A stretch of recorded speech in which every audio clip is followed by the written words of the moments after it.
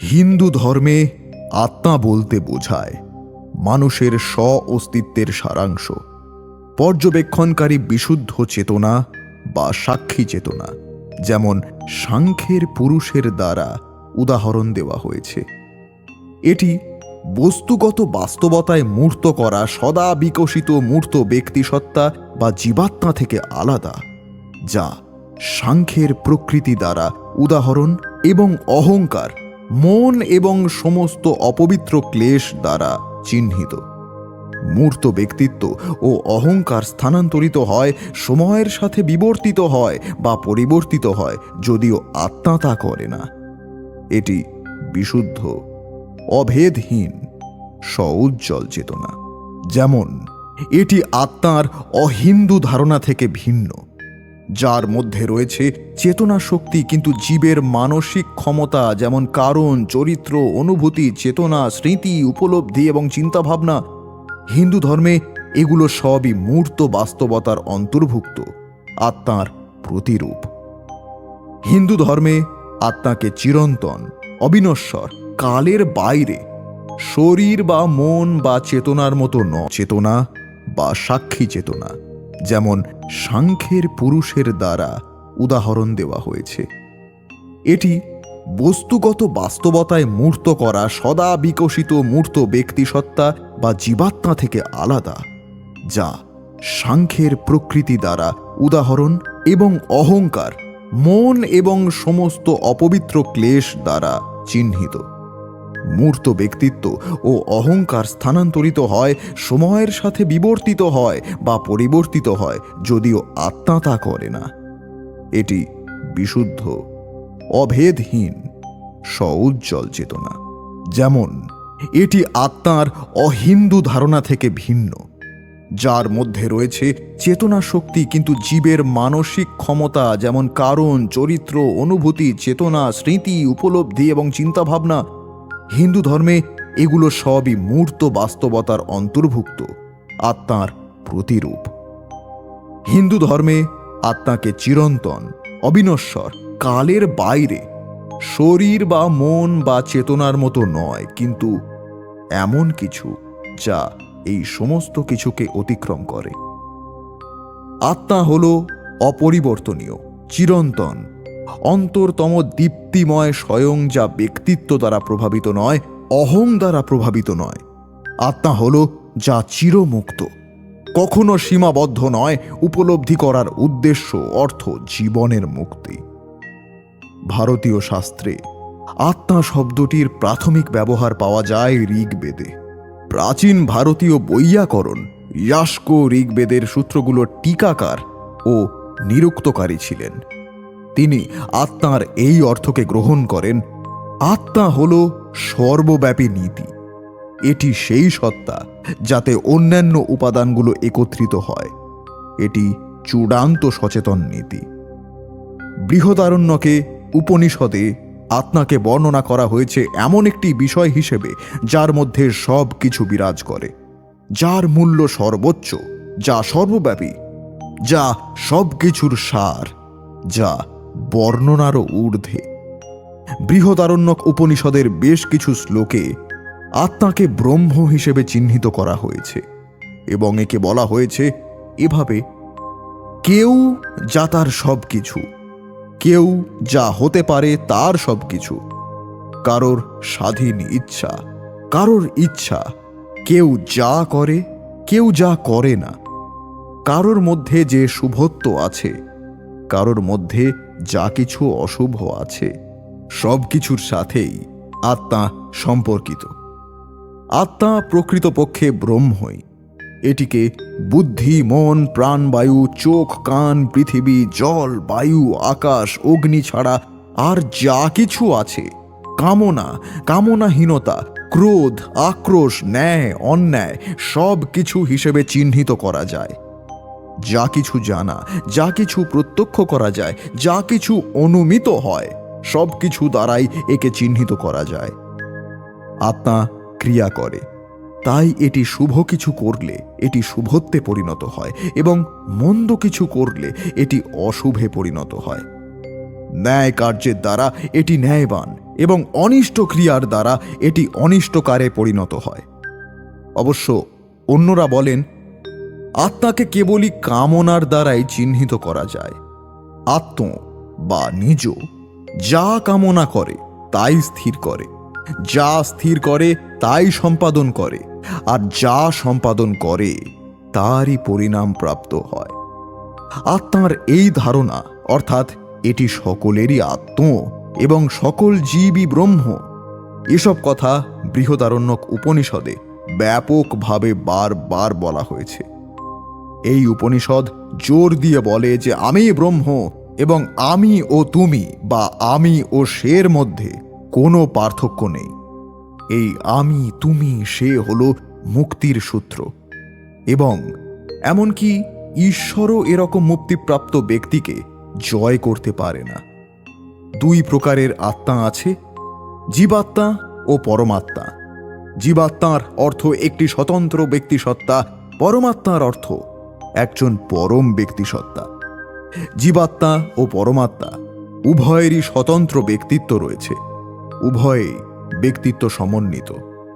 উভয়ের মধ্যে পার্থক্য এই যে জীবাত্মা কেবল একটি বিশেষ দেহে আবদ্ধ, পক্ষান্তরে পরমাত্মা সর্বত্র বিরাজমান। কঠোপনিষদেও এ কথা সমর্থিত হয়েছে। সেখানে বলা হয়েছে অনরণীয়ন্মহত মহিয়ান আত্মস্য যন্তর্নিহিত গুহায়াম তমর্ক্রতু পশ্যতি বীত শোকো ধাতু প্রসাদন্ম হিমানমাত্মনঃ। অর্থাৎ পরমাত্মা এবং জীবাত্মা উভয়ই বৃক্ষ সদৃশ জীবদেহের হৃদয়ে অবস্থিত। যিনি সব রকম জড় বাসনা এবং সব রকমের শোক থেকে মুক্ত হতে পেরেছেন, তিনি কেবল ভগবানের কৃপার ফলে আত্মার মহিমা উপলব্ধি করতে পারেন। অদ্বৈত বেদান্ত মতে আত্মা বিশুদ্ধ চৈতন্য স্বরূপ। আত্মা সচ্চিদানন্দ, অর্থাৎ সৎ, চিৎ এবং আনন্দ। বিশুদ্ধ অস্তিত্বশীলতা, বিশুদ্ধ চেতনা এবং বিশুদ্ধ আনন্দ। তাই তো ঋগ্বেদে আত্মাকে মহাজগতের পরম সত্তা হিসেবে বর্ণনা করা হয়েছে। শুধু মানুষের ভিতরে নয়, চন্দ্র, সূর্য, পৃথিবী, এমনকি ব্রহ্মাণ্ডের সর্বত্র আত্মা বিরাজমান। সর্বব্যাপী বিদ্যমান মহাবিশ্বের একটি সর্বোচ্চ নীতি, যা চিরন্তন ও পরম। সাংখ্য দর্শন কিন্তু বেদান্ত দর্শনের কিছু অংশ স্বীকার করে না। সাংখ্য মতে আত্মা বা পুরুষ চিৎ স্বরূপ হলেও আনন্দ স্বরূপ নয়। বেদান্ত দর্শন সর্বোচ্চ স্তরের বলে আমাদের এই বিষয়ক আলোচনা মূলত বেদান্ত দর্শনকে ঘিরেই। কিন্তু তারপরেও অন্যান্য দর্শনগুলো আত্মা সম্পর্কে কি মত পোষণ করেছে সেটা সংক্ষিপ্তভাবে দেখে নেব। প্রথমেই দেখে নেব ন্যায় মত কি বলে। নৈয়ায়িকদের মতে আত্মা হল দ্রব্য এবং ওই দ্রব্যকে আশ্রয় করে চেতনা থাকে। আত্মা হল জ্ঞাতা, কর্তা ও ভোক্তা। দেহ, ইন্দ্রিয়, মন সবগুলি আত্মার দ্বারা নিয়ন্ত্রিত হয়। আত্মা দেহ, বাহ্য, ইন্দ্রিয় এবং মনের অতিরিক্ত এক স্বতন্ত্র সত্তা। চৈতন্য আত্মার স্বাভাবিক ও অবিচ্ছেদ্য গুণ নয়। আত্মা স্বরূপত অচেতন এবং নিষ্ক্রিয়। আত্মা যখন মনের সঙ্গে, মন ইন্দ্রিয়ের সঙ্গে এবং ইন্দ্রিয় বাহ্য বস্তুর সঙ্গে সম্বন্ধযুক্ত হয়, তখন আত্মার আবির্ভাব ঘটে। নিষ্ক্রিয় বা নির্গুণ আত্মা ভোক্তা রূপে সব কিছু ভোগ করে। আত্মা স্বরূপত অচেতন দ্রব্য এবং মোক্ষ অবস্থায় আত্মা নিজ স্বরূপে অবস্থান করে। এরপর দেখে নেওয়া যাক বৈশেষিক মত কি বলে। বৈশেষিকদের মত আত্মা সম্পর্কীয় নৈয়ায়িকদের ধারণার মতোই। আত্মা হল এক শাশ্বত এবং সর্বব্যাপী দ্রব্য। আত্মা হল জ্ঞান বা চেতনার আশ্রয়। আত্মা বিভু হলেও শরীর ভেদে ভিন্ন ভিন্ন। আত্মা নিত্য, আত্মার কোনো বিনাশ নেই। আত্মা স্বরূপত অচেতন, কিন্তু দেহের সংস্পর্শে এসে আত্মা চেতনা লাভ করে যেহেতু আত্মা স্বরূপত নির্গুণ ও নিষ্ক্রিয়, সেই কারণে চৈতন্য আত্মার স্বাভাবিক গুণ নয়, আগন্তুকও নয়। এবার দেখা যাক মীমাংসকরা কি বলেন। মীমাংসকদের মতে আত্মা দেহ, মন ও বুদ্ধি ভিন্ন এক স্বতন্ত্র সত্তা। প্রভাকর মিশ্র ও কুমারিল ভট্ট উভয়ের মতেই আত্মা একটি দ্রব্য, তবে প্রভাকরের মতে আত্মা নির্গুণ ও নিষ্ক্রিয়। চৈতন্য আত্মার স্বাভাবিক ধর্ম নয়, কিন্তু কুমারিলের মতে চৈতন্য আত্মার স্বাভাবিক ধর্ম। প্রভাকর মীমাংসকদের মতে আত্মা জ্ঞাতা, সেহেতু আত্মা জ্ঞেয় হতে পারে না, তবে বিষয়ের উপলব্ধির সময় জ্ঞাতা রূপে আত্মার উপলব্ধি ঘটে। ভট্ট মীমাংসকদের মতে প্রতিটি বিষয়ের উপলব্ধির সঙ্গে আত্মা জ্ঞাতা রূপে প্রকাশিত হয় না, কেবলমাত্র আত্মা সচেতনতার ক্ষেত্রে বিষয়রূপে উপলব্ধি হয়। এবার আমরা জেনে নেব সাংখ্য ও যোগ মত সম্পর্কে। সাংখ্য ও যোগ দর্শন মতে আত্মা দেহ, মন, ইন্দ্রিয়, বুদ্ধি বা জড় জগতের কোনো বস্তুই নয়। আত্মা প্রকাশ চৈতন্য স্বরূপ। আত্মা চৈতন্য গুণ বিশিষ্ট দ্রব্য নয়। চিত্ত বা জ্ঞান আত্মার ধর্ম বা গুণ নয়। আত্মাই চিৎ স্বরূপ বা জ্ঞান স্বরূপ। আত্মা নিত্য, অপরিণামী, নির্গুণ ও নিষ্ক্রিয়। সাংখ্য ও যোগ দর্শন মতে আত্মা চিত্তবৃত্তি থেকে স্বতন্ত্র এক আধ্যাত্মিক। বন্ধুরা, আমরা গত কয়েক পর্ব ধরে বেদের একটু গভীরে প্রবেশ করেছি। এই স্তরে আলোচনা একটু জটিল হবে সেটা বলাই বাহুল্য। আসলে বেদ বেদান্ত এমনই বিষয়, একে যতই সরলীকরণ করার চেষ্টা করি না কেন একটু জটিল থেকেই যায়। তবুও আশা করি আত্মা সম্পর্কে ধারণা একটু হলেও স্পষ্ট করতে পারলাম, বোঝাতে পারলাম আত্মা কিভাবে সমগ্র সৃষ্টির মধ্যেই বিরাজমান। পরের পর্বে এই সৃষ্টি নিয়েই আমরা কথা বলবো, জানব সৃষ্টি সম্পর্কে বেদে কি বলা আছে।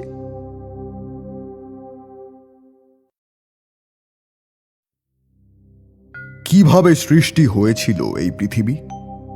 বহির্জগতেরই বা সৃষ্টি কিভাবে? এর শুরু কোথায়, শেষ কোথায়? সেই আদি যুগ থেকেই মানুষের এ এক অনন্ত জিজ্ঞাসা। ব্রহ্মাণ্ড কি? কেন এই শব্দে অণ্ডযুক্ত করা হয়েছে? বেদ এই বিষয়ে কি বলছে? চলুন জেনে নিই এই সৃষ্টির পর্বে। এক বিখ্যাত প্রাচ্য গবেষক তার লেখা গুণী ব্যক্তিদের জীবনী সংগ্রহে মহর্ষি দয়ানন্দ সরস্বতীর জীবনী লিখেছিলেন। সেখানে তিনি আশ্চর্যের সাথে লিখেছেন যে দয়ানন্দ সরস্বতী প্রাতিষ্ঠানিক পড়াশোনা জানতেন না। সারা জীবন পাহাড় পর্বতে, বনে বাদারে, আশ্রমে আশ্রমে ঘুরে বেড়িয়েছেন। অথচ সেই দয়ানন্দ সরস্বতী নিজের করা ঋগ্বেদের অনুবাদে দেখিয়েছিলেন সৌরজগৎ তথা ব্রহ্মাণ্ডের নিখুঁত বৈজ্ঞানিক বর্ণনা, গ্রহসমূহের ঘূর্ণন, মহাকর্ষ বল প্রভৃতি আমাদের বেদেই আছে। আজকে বিজ্ঞান যা আবিষ্কার করেছে তা হাজার হাজার বছর আগে বর্ণিত আছে বেদে। এডউইন হাবল তার টেলিস্কোপ নিয়ে দেখলেন ব্রহ্মাণ্ড ক্রমশ প্রসারিত হচ্ছে। একটি ডিম যেমন মাটিতে পড়ে ফেটে গেলে ক্রমশ ছড়িয়ে পড়তে থাকে, ঠিক সেই রকম এই ডিমকেই বলা হয় অণ্ড, হিরণ্যগর্ভ বা স্বর্ণডিম্ব। প্রায় ১৩৭৫ কোটি বছর আগে এই হিরণ্যগর্ভ ছিল প্রচণ্ড উত্তপ্ত, প্রচণ্ড ঘন। তখন আর কিছুরই অস্তিত্ব ছিল না, না ছিল স্থান, না ছিল কাল। তারপর এক বিস্ফোরণ, ছড়িয়ে পড়তে লাগলো সেই ডিমের কণাগুলো। ঋগ্বেদ বলছে হিরণ্যগর্ভ সমবর্তনগ্রে ভূতস্য জাত, অর্থাৎ সব কিছুর আগে আদিতে ছিল হিরণ্যগর্ভ। তারপরে আরো বলছে নসাদ সিন্ন সদা সিদ্ধদানিং বসিদ্রজহ্ন ব্যোমাপার যৎ কিম আসিদ ঘনম গভীরম অর্থাৎ শুরুতে কোনো অস্তিত্ব বা অনস্তিত্ব ছিল না। ছিল না বায়ু, ছিল না আকার গঠন। মহাকাশে ছিল গভীর ঘন অন্ধকার। তম আসিত তমস তপস্তন্ম হীনা জায়াতৈকম। সমস্ত কিছুই ছিল ঘন অন্ধকার, সমস্ত কিছুই ছিল জানার অতীত, ধোঁয়াশাময়, রহস্যময়তায় আবৃত। আর তারপর তা স্বতঃস্ফূর্তভাবে প্রচণ্ড তাপ আর ক্ষমতা নিয়ে বিদ্যমান হল। এই সকল কিছুর আগে হিরণ্যগর্ভে ছিল তরলের সমুদ্র, যা মহাশূন্যে ভাসমান, বছরের পর বছর এই অবস্থায় অতিক্রান্ত হয়।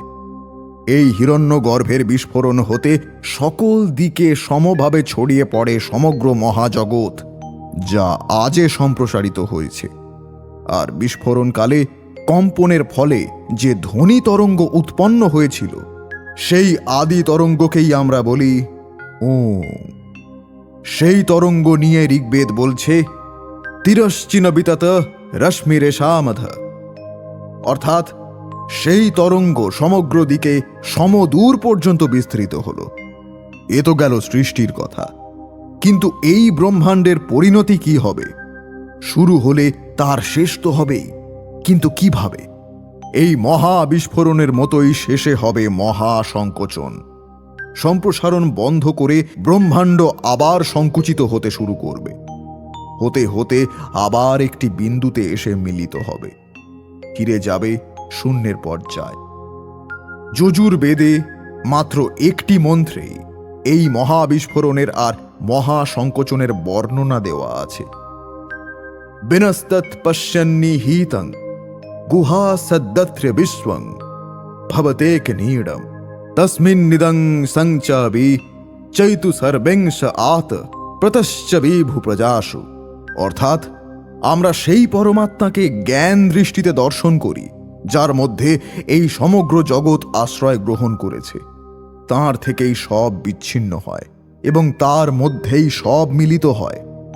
সাংখ্য দর্শন বলেছে, সৃষ্টির সময় উপস্থিত হলে পরমাত্মা পরম সূক্ষ্ম পদার্থসমূহকে সম্মিলিত করেন।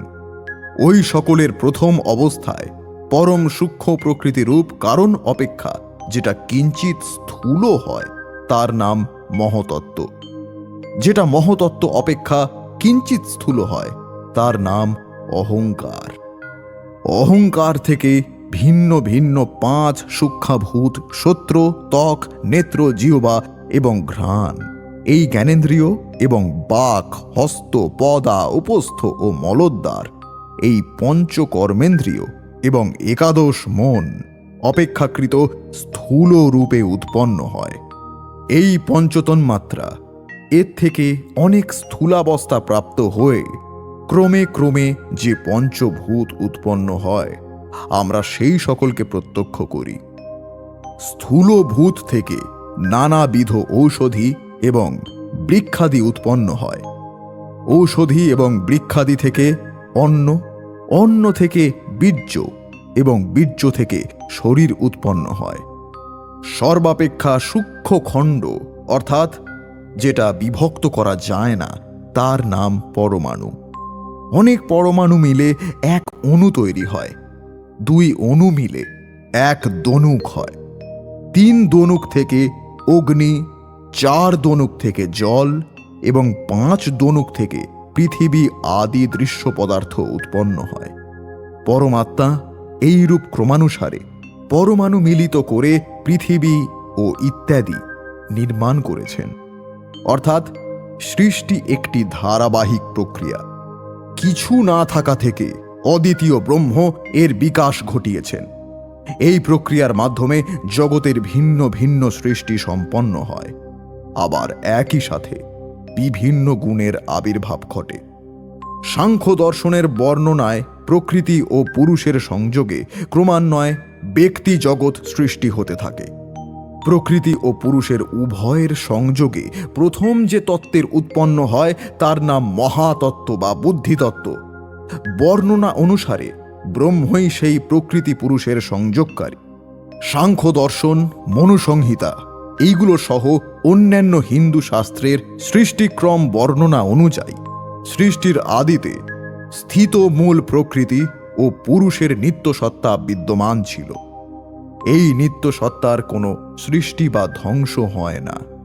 এখানে প্রকৃতি হচ্ছে ত্রিগুণাত্মক। এই ব্যক্ত জগতের মূল কারণ যা অব্যক্ত সূক্ষ্ম রূপে থাকে, সত্য বা প্রকাশ, রজ বা প্রবৃত্তি এবং তম বা নিয়মাত্মক। এই তিনটি গুণ একে অন্যকে অভিভূত করে এই অব্যক্ত জগৎকে প্রকাশ করে ব্যক্ত করে। এই প্রকৃতি ও প্রকৃতি হতে সৃষ্ট বিকৃতি অর্থাৎ ব্যক্তি জগৎ চেতনারহিত অচেতন জড় বস্তু। তার সাথে পুরুষের সংযোগ ঘটে। পুরুষ হচ্ছে সূক্ষ্ম, অব্যক্ত, নিত্য ও চৈতন্যরূপ সত্তা। সৃষ্টির পূর্বে এই ভিন্ন অন্য কোনো সত্তার অস্তিত্ব ছিল না। ঋগ্বেদের নাসদীয় সূক্তের 10 মণ্ডলের 129 সূক্তে বলা হয়েছে, তৎকালে যাহা নাই তাহাও ছিল না, যাহা আছে তাহাও ছিল না, পৃথিবীও ছিল না, অতি দূর বিস্তার আকাশও ছিল না। আবরণ করে এমন কি ছিল? কোথায় কাহার স্থান ছিল? দুর্গম ও গম্ভীর জল কি তখন ছিল? আবার বলা হয়েছে, তখন মৃত্যুও ছিল না, অমরত্বও ছিল না, রাত্রি ও দিনের প্রভেদ ছিল না। কেবল সেই একমাত্র বস্তু বায়ুর সহকারিতা ব্যতিরেকে আত্মা মাত্র অবলম্বনে নিঃশ্বাস প্রশ্বাস যুক্ত হয়ে জীবিত ছিলেন। তিনি ব্যতীত আর কিছুই ছিল না। যে কোনো ধর্মের গুরুত্বপূর্ণ অংশ হল সৃষ্টিতত্ত্ব। মহাবিশ্ব, বস্তু, জীব জগৎ সহ সব কিছু এর অন্তর্ভুক্ত। এর ভিত্তিতে ধর্মীয় বিশ্বাসের মৌল সত্যগুলো নির্ধারিত হয়। মানুষ কিভাবে ও কেন এলো এর উপরে নির্ধারিত হয় তার ধর্মবিশ্বাস ও ধর্ম পালন। সৃষ্টিতত্ত্ব হিন্দু ধর্মের অন্যতম আলোচনার বিষয়, কিন্তু অন্যান্য ধর্মের সঙ্গে এর উল্লেখযোগ্য পার্থক্য আছে। ধর্মীয় স্বীকার্য বিষয় ছাড়াও এর রয়েছে দার্শনিক ভিত্তি। পৃথিবীর অন্যান্য প্রধান ধর্মের মতো হিন্দু ধর্ম একক কোনো প্রধান ধর্মগ্রন্থ অনুসরণে গড়ে ওঠেনি। এতে প্রাচীন ঋষিদের রচিত গ্রন্থের সাথে যুক্ত হয়েছে বিভিন্ন পৌরাণিক উপাখ্যান। এখানে যেমন রয়েছে বেদ, তেমনি রয়েছে মহাভারত। যাই হোক, আবার ফিরে যাব সেই মহাবিস্ফোরণের প্রসঙ্গে। মহাবিস্ফোরণের পরে কি হয়েছিল? ঋগ্বেদের ব্যাখ্যায় বলা হয়েছে, তারপর সৃষ্ট ক্ষেত্রে 7 ধাপে সংকোচন প্রসারণ সম্পন্ন হল। তারপর সৃষ্টি হল ভারসাম্যের। কালীপ্রসন্ন সিংহের অনুবাদ থেকে জানা যায়, এই বিশ্ব সংসার কেবল ঘোরতর অন্ধকারে আবৃত ছিল। অনন্তর সমস্ত বস্তুর বীজভূত এক অণ্ড প্রসূত হল।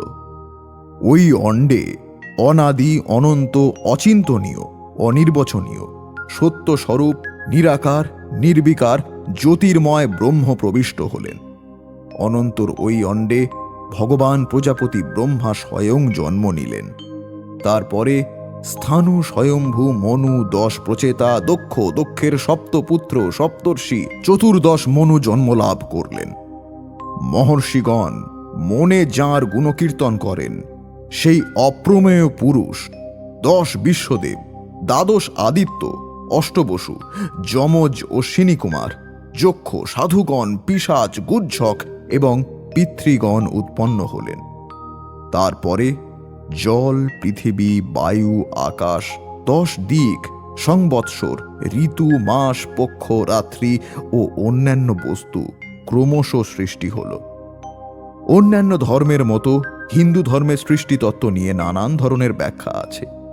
এর মধ্যে অনেকে চেষ্টা করেছেন বিগ ব্যাংয়ের মতো সর্বাধুনিক বৈজ্ঞানিক মতবাদের সাথে এর সমন্বয়।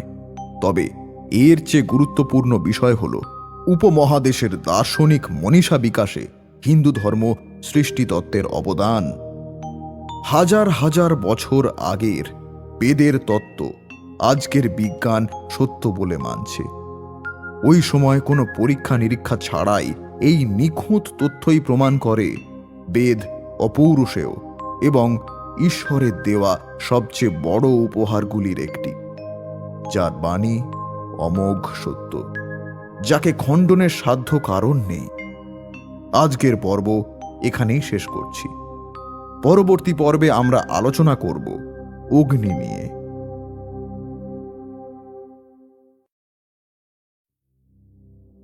বেদের মন্ত্র নিয়ে আলোচনা করব, অথচ তাতে অগ্নির প্রসঙ্গ আসবে না, তা কি হতে পারে? ঋগ্বেদের সূচনাই হয়েছে অগ্নিকে ঘিরে, সুতরাং বোঝাই যাচ্ছে বেদে অগ্নি কতটা গুরুত্বপূর্ণ। মন্ত্রে পরে আসছি, আগে অগ্নিকে একটু জেনে নিই। অগ্নির জন্ম বা উৎপত্তি সম্পর্কে ঋগ্বেদে অনেক রকমের উক্তি পাওয়া যায়। ঋগ্বেদে অগ্নির উৎপত্তির সম্পর্কে উল্লেখ করা হয়েছে অরণিদয় থেকে অগ্নির জন্ম। এই কারণে ঋগ্বেদে অগ্নিকে বলা হয়েছে দ্বিমাত্রী। দুটি শুকনো কাঠের ঘর্ষণে অগ্নি উৎপন্ন হয়, এই কাঠ দুটিকে অরণি বলা হয়। সুতরাং অরণিদয় অগ্নির মাতা। জন্ম মাত্রই অগ্নি তাঁর দুই মাতাকে ভক্ষণ করেন। কখনো বলা হয়েছে মাতরিষ্যা কর্তৃক দুলোক থেকে অগ্নিকে আহরণ করা হয়েছে। কখনো মেঘদয়ের মধ্য থেকে ইন্দ্র কর্তৃক তিনি উৎপাদিত হন, এই রূপও বলা হয়েছে। কোনো কোনো মন্ত্রে পৃথিবীকে তাঁর মাতা ও পিতা রূপে বর্ণনা করা হয়েছে। আচার্য শাকপুনির মতানুসারে পৃথিবী, অন্তরিক্ষ ও দুলোক অগ্নি এই ত্রিবিধ স্থানেই আশ্রিত। অগ্নিদেব পৃথিবীতে অগ্নি, অন্তরিক্ষে বিদ্যুৎ রূপে এবং দুলোকে সূর্যরূপে অধিষ্ঠিত। ঋগ্বেদীয় মন্ত্রসমূহে অগ্নির সঙ্গে ত্রিত্ব সংখ্যার সম্বন্ধ বিশেষভাবে লক্ষ্য করা যায়। ত্রিশধস্থ, ত্রিপস্ত, গার্হপস্ত, অহবনীয় ও দক্ষিণ রূপে তার রূপত্রয় সুবিদিত।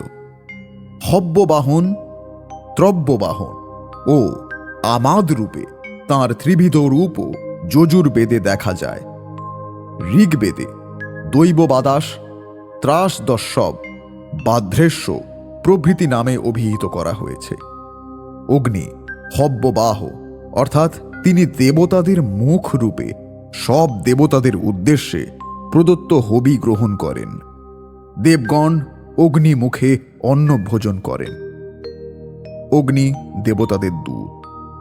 তিনি দূত রূপে হব্য দেবগণের কাছে ও কব্য পিতৃগণ বা পূর্বপুরুষের কাছে পৌঁছে দেন। অগ্নি যজ্ঞের হোতা রূপে আহুতি দান করেন। তিনি যজ্ঞের পুরোহিত বা যাগকর্তা। অথর্ববেদে বলা হয়েছে সেই অগ্নি সন্ধ্যাকালে বরুণ হন। প্রভাতে উদিত হয়ে তিনি মিত্র। তিনি সবিতা রূপে অন্তরিক্ষ পরিক্রমণ করেন। তিনি ইন্দ্র হয়ে মধ্যদিনে কিরণ দান করে থাকেন। এবার আসি সেই মন্ত্রের কথায়, যেই মন্ত্র দিয়ে বেদের সূচনা হয়েছে। ঋগ্বেদের প্রথম মণ্ডলের প্রথম সূক্তের প্রথম মন্ত্র, যেটি অগ্নির স্তুতি।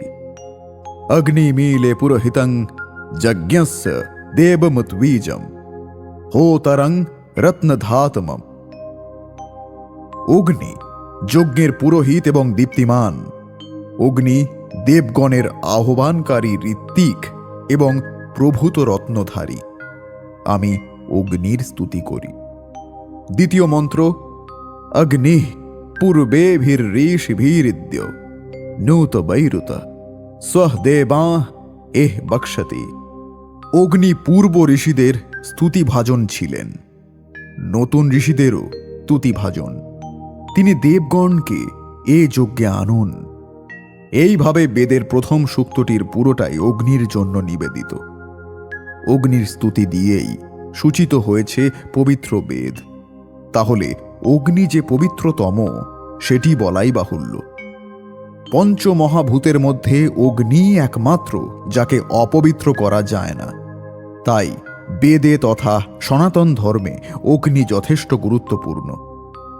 নৈরুক্তদের মতে দেব তিনজন, পৃথিবীতে অগ্নি, অন্তরিক্ষে ইন্দ্র বা বায়ু এবং আকাশে সূর্য।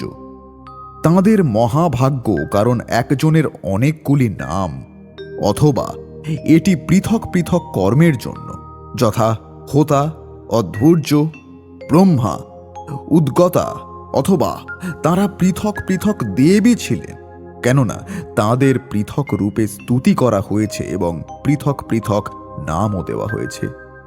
এ থেকে বোঝা যায় যে সে সময় ভারতবর্ষের 3 জন অগ্রগণ্য দেবের মধ্যে অগ্নি ছিলেন একজন। ঋগ্বেদ সংহিতায় অগ্নি সম্বন্ধে যতগুলি সূক্ত আছে, ইন্দ্র ছাড়া অন্য কোনো দেব সম্পর্কে ততগুলি নেই। অগ্নি না হলে যজ্ঞ হয় না। এজন্য ঋগ্বেদে অনেক স্থলে অগ্নিকে পুরোহিত বলা হয়েছে। যথা রাজ্য পুরোহিত তদভিষ্টং সম্পাদায়তি তথা অগ্নিরূপী অপেক্ষিতং হোমং সম্পাদিত যদ্ধা যজ্ঞস্য সংগন্ধীনি পূর্বভাগে আহবনীয় রূপেণ অবস্থিতম। অগ্নিকে জলের গর্ভ বা ভ্রূণ বলা হয়ে থাকে। হরিবংশে আছে অগ্নির অঙ্গ কালো বস্ত্রে আবৃত, সঙ্গে থাকে ধূম্র পতাকা ও জ্বলন্ত বর্ষা। এর বাহন ছাগ। এর 4টি হাত, 2 বা ততোধিক অরুণ বা পিঙ্গল বর্ণের অশ্বচালিত উজ্জ্বল রথে ইনি ভ্রমণ করেন। সপ্তবসু এর রথের চক্র। অগ্নি পূর্ব দক্ষিণ কোণের অধিপতি। এই কারণে এই কোণকে অগ্নিকোণ বলা হয়। ইনি পিতৃলোকের অধিপতি, দেবতাদের জন্য যজ্ঞ ভাগ বহনকারী এবং দূত ও যজ্ঞের সারথি। অগ্নির 7টি শিখা আছে। এই শিখাগুলির নাম হল করালি, ধামিনী, নীল লোহিতা, পদ্মরাগা, লোহিতা, শ্বেতা এবং সুবর্ণা। অগ্নির এতগুলো রূপের মধ্যে রুদ্র রূপটিও বর্তমান। রুদ্র একজন বৈদিক দেবতা। ঋগ্বেদের প্রথম মণ্ডলে অনেকগুলি ঋকের মধ্যে রুদ্রের উল্লেখ পাওয়া যায়। এখন দেখা যাক প্রকৃতির কোন বস্তুটিকে আর্যগণ রুদ্র নামে অভিহিত করতেন। ঋগ্বেদের প্রথম মণ্ডলের 27 সূক্তের 10 ঋকে রুদ্রকে অগ্নির রূপ বলে বর্ণনা করা হয়েছে। অতএব অগ্নির কোনো বিশেষ রূপের নাম রুদ্র। সায়নের মতে রুদ্রায় কুরায় অগ্রয়ে, অর্থাৎ অগ্নির ক্রূর মূর্তির নাম ক্ষত্র। রুদ ধাতুর একটি অর্থ রোদন করা এবং অপর অর্থ গর্জন করা। রুদ ধাতুর রোদন করা অর্থ গ্রহণ করে ইয়াস্ক রুদ্র শব্দের এইরূপ অর্থ করেছেন যে শত্রুগণকে রোদন করান বা দুঃখ প্রদান করেন বলে ইনি রুদ্র। তৈত্তিরীয়তে কথিত আছে, দেবাক্ষর সংগ্রামে দেবগণ পরিত্যক্ত ধন অগ্নি অপহরণ করে পালিয়ে যান। পরে দেবগণ অগ্নির থেকে বলপূর্বক তাদের ধন ফেরত নিলে অগ্নি রোদন করতে থাকেন এবং এই জন্যই তিনি রুদ্র নামে অভিহিত হন। রুদ ধাতুর গর্জন করা অর্থ গ্রহণ করেও যাস্ক বলেন, অগ্নি মেঘের মধ্যে দিয়ে বারবার গর্জন করে যাতায়াত করেন বলে তার নাম রুদ্র। অগ্নি ক্রূর রূপ ধারণ করলে শব্দায়মান ঝড়ের উৎপত্তি হয় এবং তার থেকে বেদোক্ত বজ্রের সৃষ্টি হয়। এই ক্রূর অগ্নিরূপী ভয়ঙ্কর বজ্রের নামই হল রুদ্র। ক্রূর অগ্নি থেকে ঝড়ের উৎপত্তি হয় বলে বেদে মরুদ্গণ রুদ্রপুত্র নামে অভিহিত। পুরাণে রুদ্রের যেরূপ সংহারকারী ভয়ঙ্কর মূর্তি কল্পনা করা হয়েছে, তাতে রুদ ধাতুর রোদন করা অর্থের সাথে তার কোনো সামঞ্জস্য পাওয়া যায় না। এই কারণে মনে করা হয় বেদে গর্জন করা অর্থেই রুদ্র শব্দ পরিকল্পিত হয়েছে। সংহারকারী বজ্ররূপ ঐশ শক্তিকেই প্রাচীন হিন্দুগণ রুদ্র বলে স্তুতি করতেন। যতটুকু সম্ভব অগ্নির গুরুত্ব এবং মাহাত্ম্য বর্ণনা করলাম। বেদে অন্তত 200টি সূক্ত আছে শুধু অগ্নিকে নিয়ে। প্রধান দেবতার একজন এই অগ্নি চিরতরুণ, কারণ অগ্নি প্রতিদিন নতুন করে জ্বালা হয় এবং তিনি অমর। তবে এ কথা আগেও বলেছি যে বেদে সবথেকে বেশি তুতি করা হয়েছে ইন্দ্রর। এই ইন্দ্র পৌরাণিক দেবরাজ ইন্দ্র নন, বৈদিক ইন্দ্র। ইন্দ্রই বেদের প্রধান দেবতা, দ্বিতীয় স্থানে অগ্নি। তাহলে আমাদের পরের পর্বের আলোচনাটা ইন্দ্রকে নিয়েই করব। ততক্ষণের জন্য অনুমতি চাইব। প্রার্থনা করি আপনাদের প্রতিটি মুহূর্ত অগ্নির মতো বিশুদ্ধ হোক।